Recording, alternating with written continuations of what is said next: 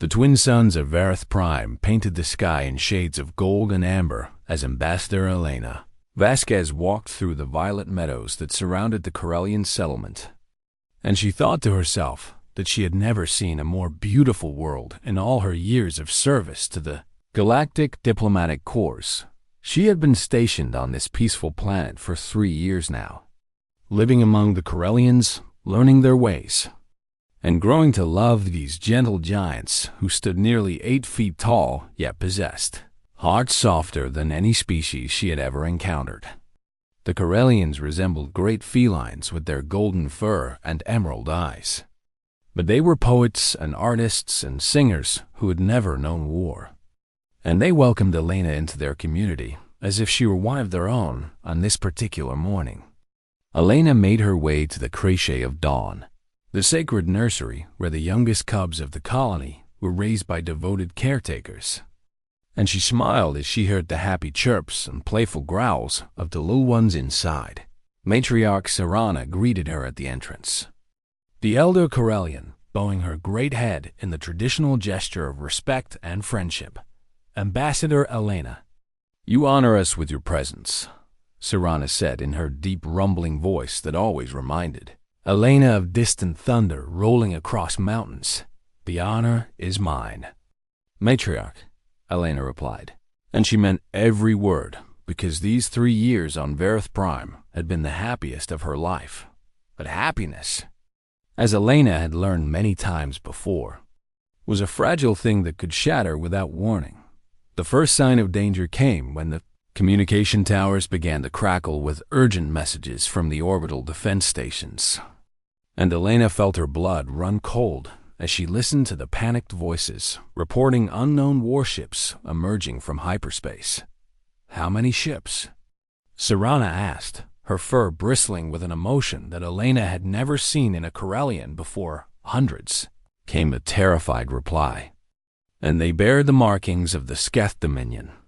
Elena knew of the Sketh from her diplomatic briefings, a brutal conquering species that swept across star systems like a plague and left nothing but ash and bones in their wake.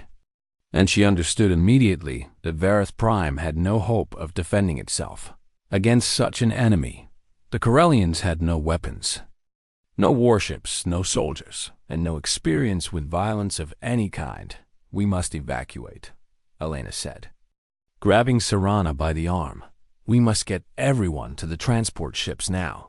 The next few hours were pure chaos as the peaceful colony erupted into panic and confusion, with Corellians running in every direction while the sky above them grew dark with enemy vessels that blotted out the twin suns. Elena helped coordinate the evacuation as best she could, directing families toward the landing pads where transport ships were filling up faster than they could launch. And her heart broke with every terrified face she saw in the Sketh.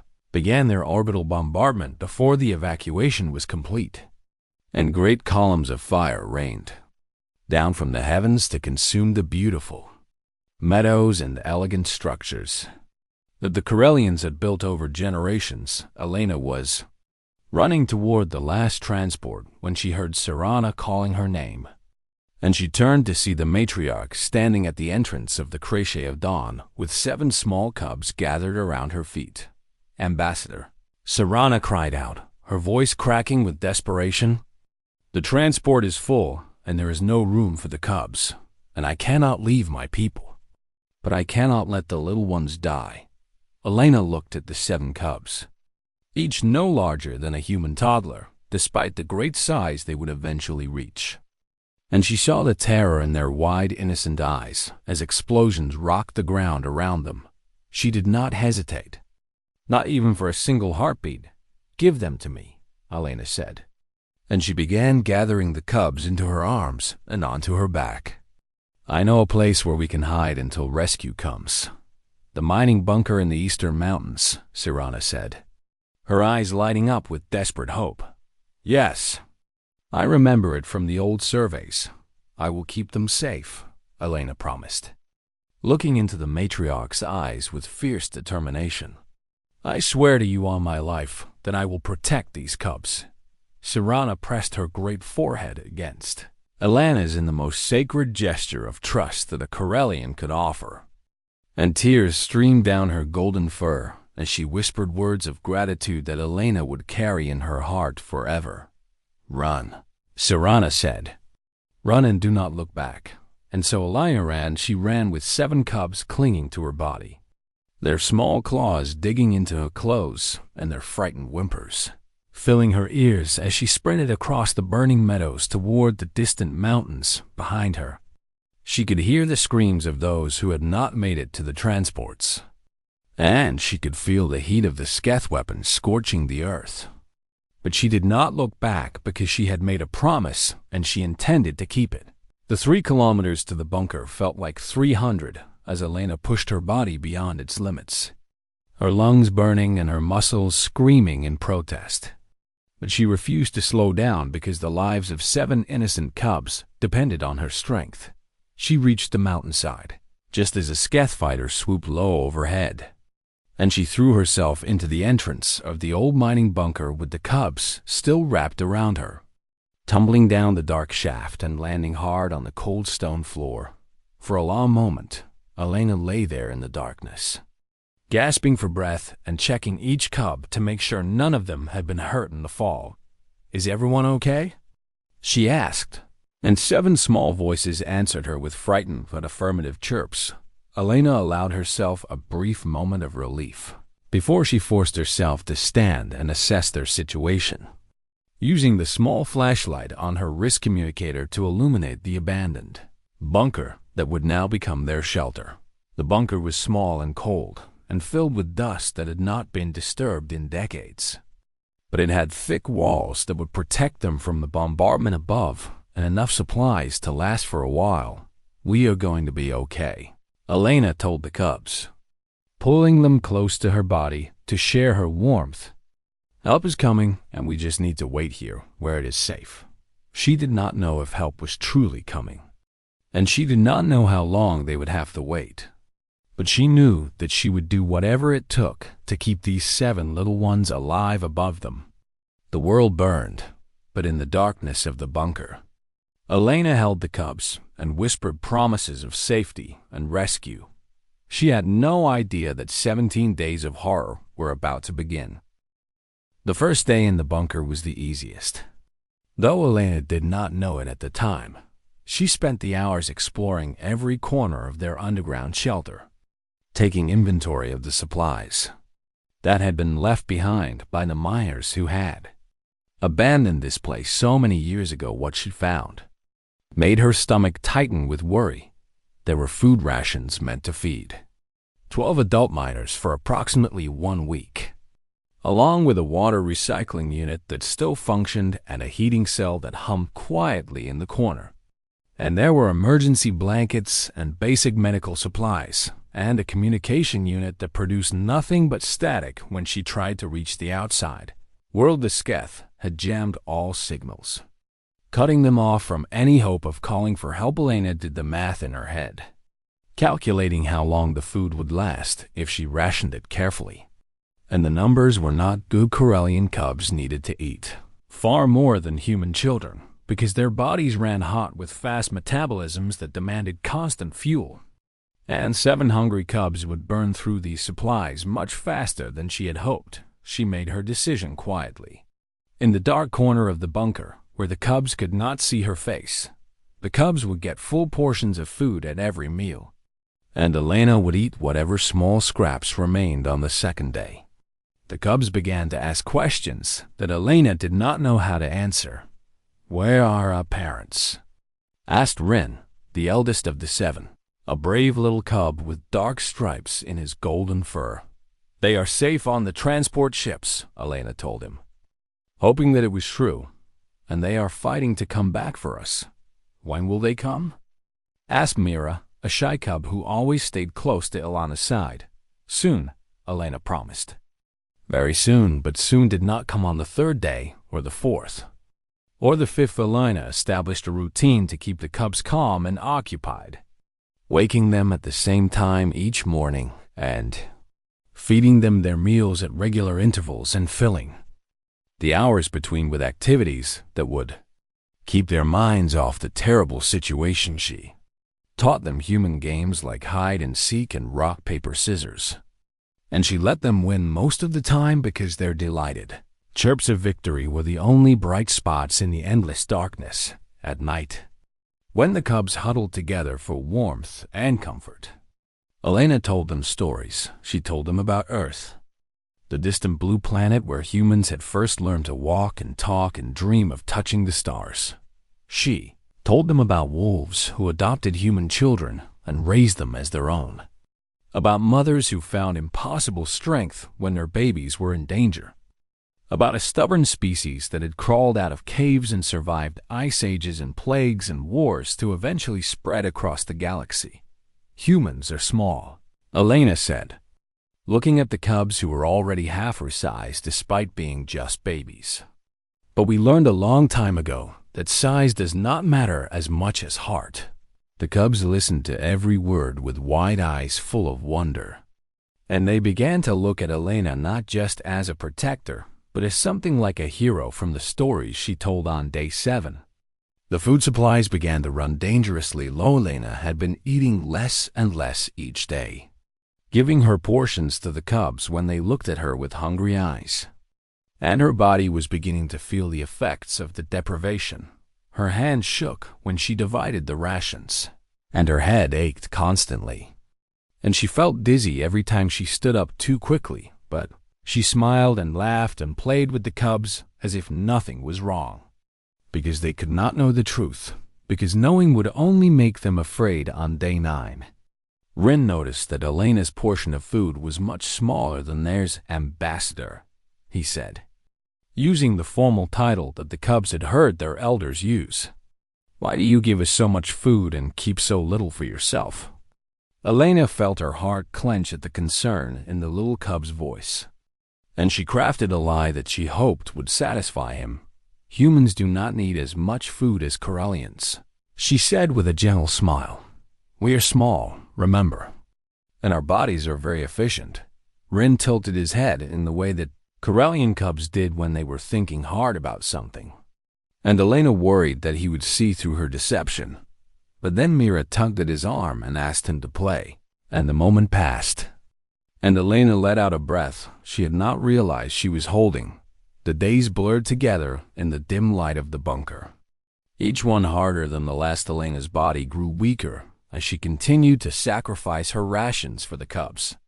But her spirit remained strong, because giving up was not something that humans did. She thought about her family back on Earth, her mother who had raised 4 children alone after her father died, her grandmother who had survived a famine by eating grass and bark, her ancestors who had crossed frozen wastelands and burning deserts in search of better lives. We are survivors, Elena whispered to herself in the darkness while the cubs slept. That is what we do. On day 12, the heating cell began to fail, and Elena knew that their situation had just become much more dangerous. The temperature in the bunker dropped rapidly, and the cubs began to shiver despite huddling together in a pile of small furry bodies. Elena learned something terrible that night, something that the Corellians had never mentioned in all her years of living among them. Corellian cubs could not regulate their own body temperature. Their beautiful golden fur was not thick enough to keep them warm in cold conditions, and without external heat sources, their small bodies would shut down. Elena did not hesitate. She stripped off her thermal jacket, the only thing protecting her from the freezing air, and wrapped it around Liz, the smallest and weakest of the cubs. Then she gathered all 7 of them against her body and held them close, using her own warmth to keep them alive. The cold seeped into Elena's bones as the night wore on, but she did not let go of the cubs. Not even when her teeth began to chatter and her fingers turned numb. She sang to them in a voice that trembled from the cold, old lullabies from Earth that her grandmother had sung to her when she was a child. And the cubs pressed closer to her warmth and slept peacefully, while Elena fought to stay awake if she fell asleep in this cold. She might not wake up, and if she did not wake up, the cubs would die. So Elena stayed awake hour after hour, holding 7 small lives against her chest and refusing to surrender to the darkness that crept at the edges of her vision. Morning came eventually, and Elena was still alive, and the cubs were still warm. It was a small victory, but in that bunker, small victories were all they had. Elena looked at the 6 days of food that remained and the broken heating cell and the silent communication unit, and she made a promise to herself. She would keep these cubs alive no matter what it cost her, no matter what. The temperature in the bunker continued to drop as the heating cell sputtered and died completely on the 13th day, and Elena watched her breath form small white clouds in the freezing air. She had given her jacket to Liz and her boots to the twins, Kira and Toma, and now she sat in nothing but her thin uniform shirt and pants while the cold attacked her body from every direction. The cubs did not understand why she was giving away her clothing, and Elena did not explain because the truth would only frighten them. She was trading her own survival for theirs, piece by piece, and she had made peace with that exchange days ago. On the morning of the 14th day, little Liz stopped shivering, and Elena felt true fear grip her heart for the first time since they had entered the bunker. She knew from her medical training that when a body stopped shivering in cold conditions, it meant that the body had given up trying to warm itself, and that was very dangerous. Elena grabbed Liz and pressed the tiny cub against her chest, wrapping her arms around the small furry body and breathing warm air into the golden fur. "Stay with me, little one," Elena whispered. "You have to stay with me." The other 6 cubs gathered around her, their eyes wide with worry as they watched their smallest sibling lie so still in Elena's arms. "Is Liz going to be okay?" Rin asked, his voice trembling. "Yes," Elena said with a confidence she did not feel. "Liz is going to be fine, but I need all of you to help me." She arranged the cubs in a tight circle around her body, pressing them against her back and her sides while she held Liz against her chest, creating a small pocket of shared warmth in the frozen bunker. "We are going to stay like this," Elena told them, "and we are going to keep each other warm. And everything is going to be okay." The cubs obeyed without question, trusting Elena completely, and she felt the weight of that trust pressing down on her shoulders like a mountain. Hour after hour, Elena held the cubs and fought the cold, massaging their small limbs to keep their blood flowing and rotating their positions to make sure everyone got time closest to her body heat. She did not sleep. She could not sleep. Every time she felt her eyes growing heavy, she forced herself to move, to sing, to tell stories, because if she stopped for even a moment, the cold would take them. She sang every song she knew, starting with lullabies and moving on to folk songs and drinking songs and silly camp songs that made the cubs chirp with confused laughter, even in their miserable state. When she ran out of songs, she made up new ones, stringing together nonsense words and humming melodies that came from nowhere. Anything to keep the sound going, anything to keep the cubs awake and alert on the 15th day. Rin noticed that Elena's hands had turned blue. "Ambassador," he said, his young voice filled with concern, "your paws are changing color." Elena looked down at her hands and saw that the cub was right.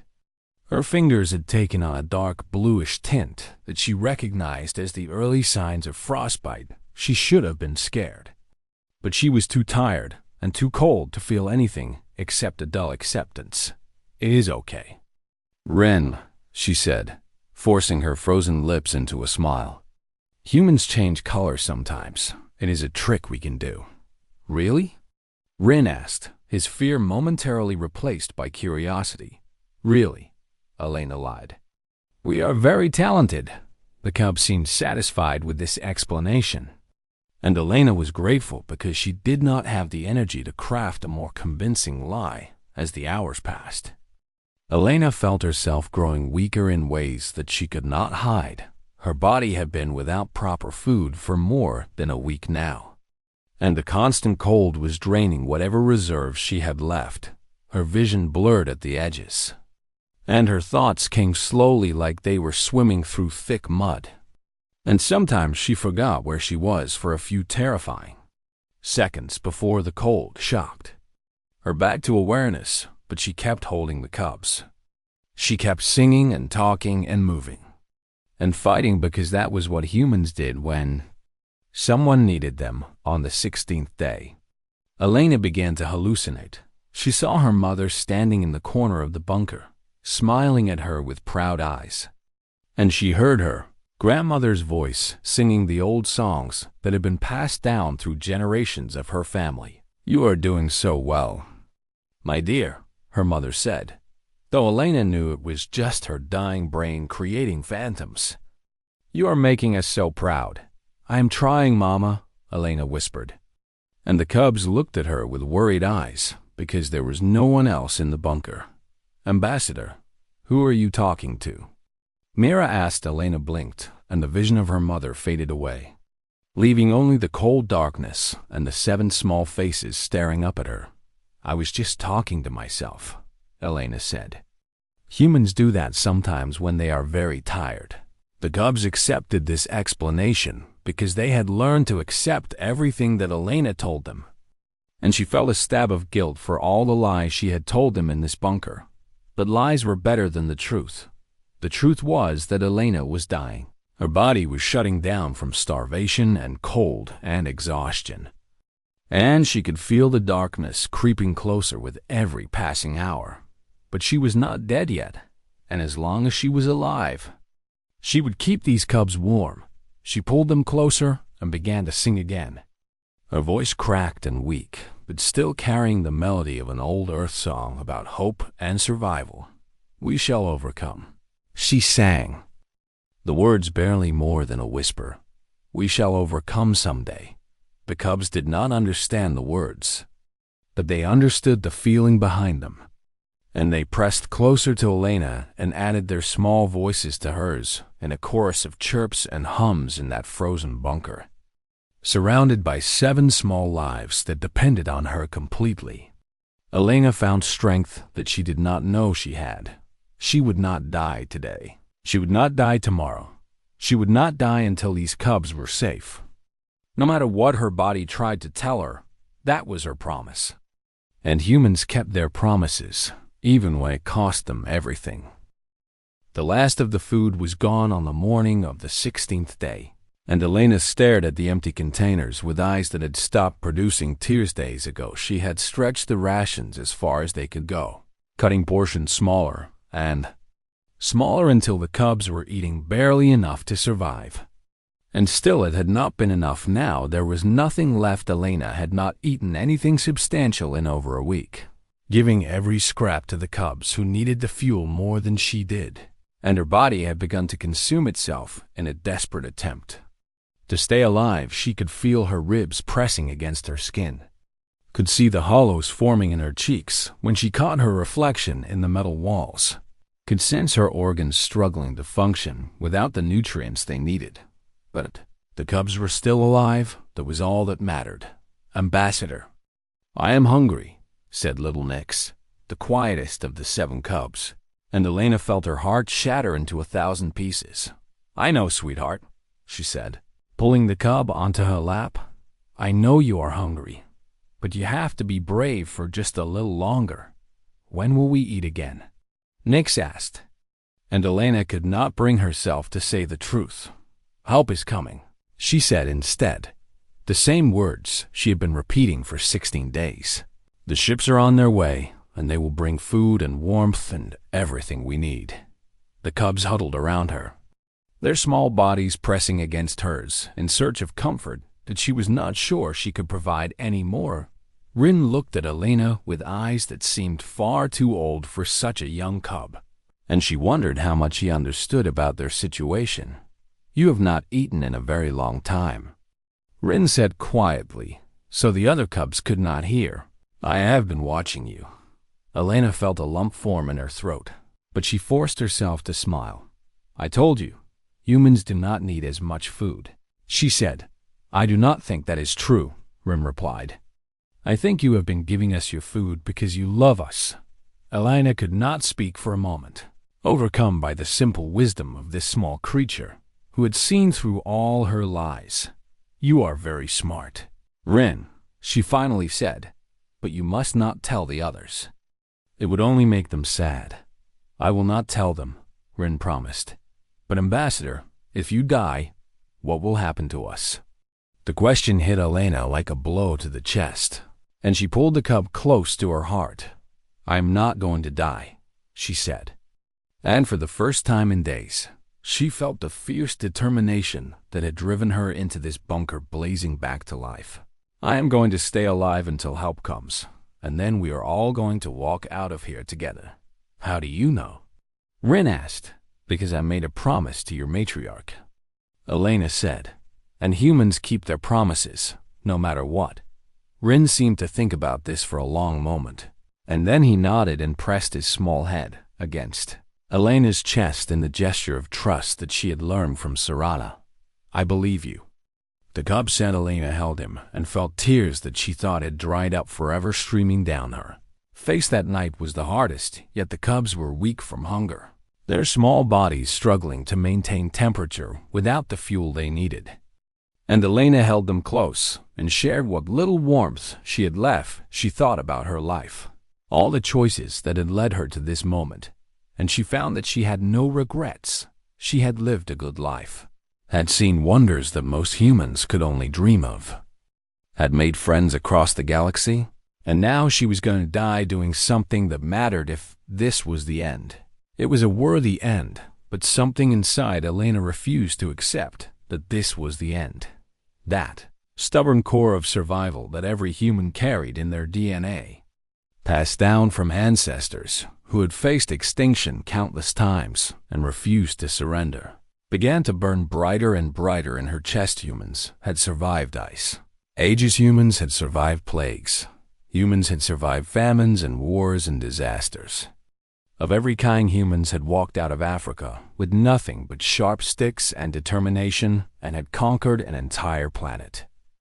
And then they had reached for the stars and conquered those too. Elena was not going to die in this bunker. She was not going to let these cubs die in this bunker. She was going to find a way to survive, even if it killed her. The irony of that thought made her laugh. A weak and broken sound that startled the cubs awake. "Ambassador?" Myra asked sleepily. "Are you okay?" "I am fine," Elena said, and she was surprised to find that she meant it. "I was just thinking about how stubborn humans are." "What does stubborn mean?" Liz asked. Elena smiled and stroked the smallest cub's fur. "It means we do not give up," she said.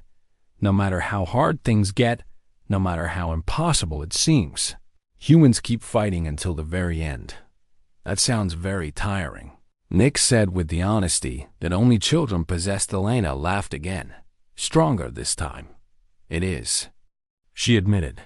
"It is very tiring, but it is also what makes us who we are." The cubs curled closer to her, drawing comfort from her warmth and her voice and her presence. "Will you stay with us?" Liz asked in a tiny voice. "When we get rescued and go home, will you come with us?" Elena felt something in her chest crack open at the innocent question, and she pressed her lips to the top of the cub's head. "I will always be with you," she whispered. "Always, no matter what happens. Promise?" Liz asked. "Promise," Elena said, and she meant it with every fiber of her being, with every ounce of strength she had left. With the last beats of her stubborn human heart, she would keep this promise. She would keep these cubs. Alive, she would survive, because that was what humans did.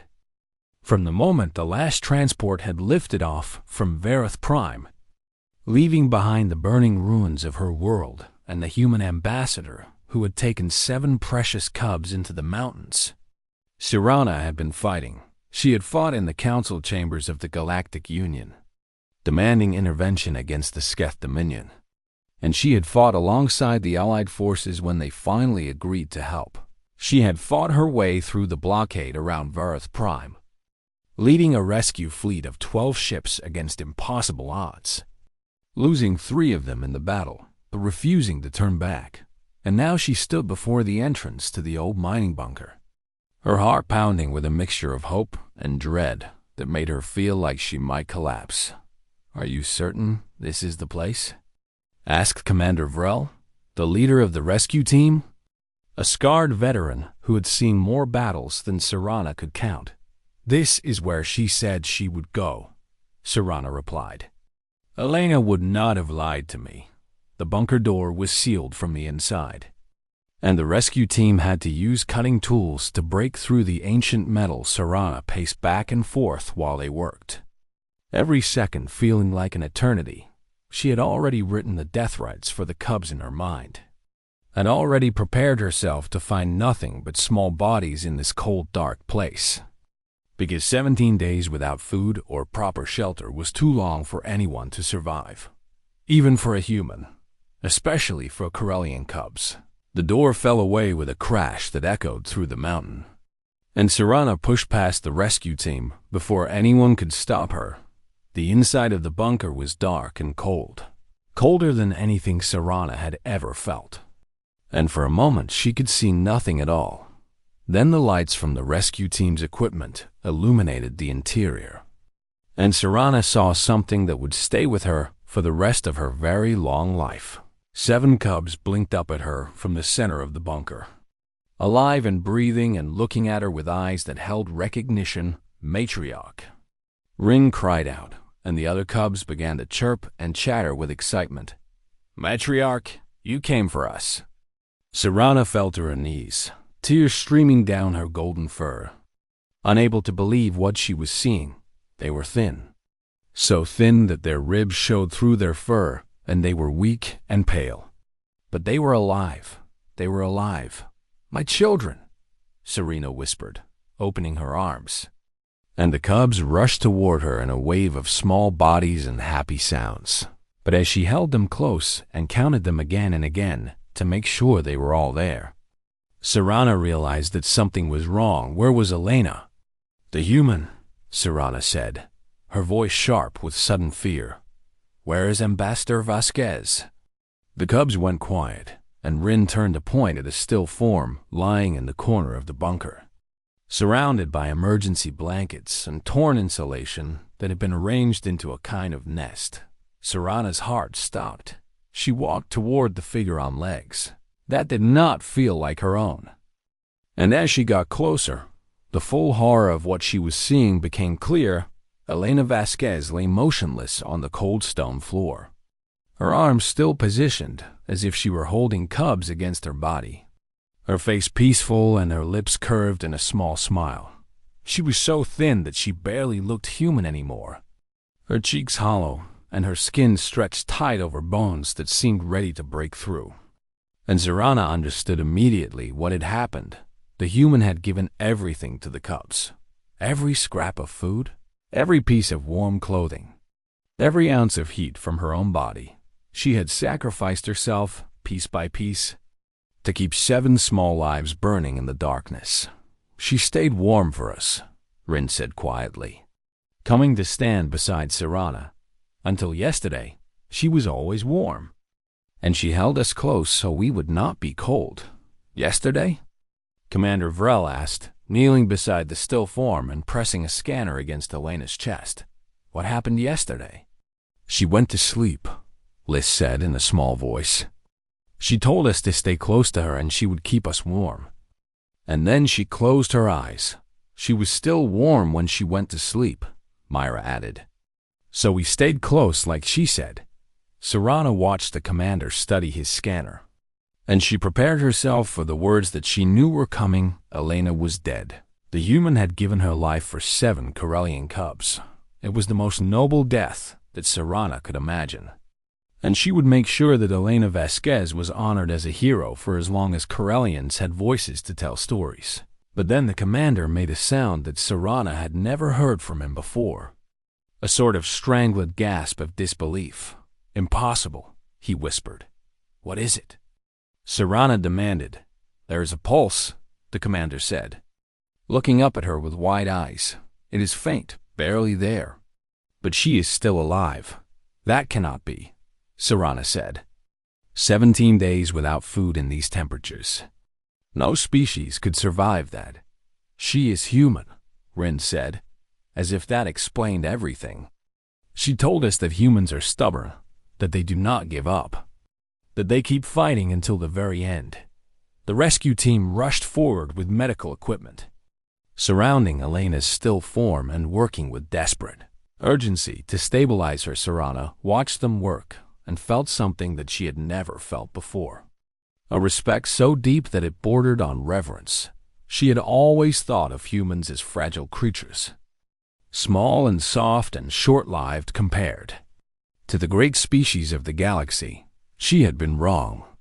Humans were not fragile at all. Humans were the most terrifying species in the galaxy because they simply refused to die while someone still needed them. 6 months later, Elena Vasquez opened her eyes in a medical bay on Corella Prime.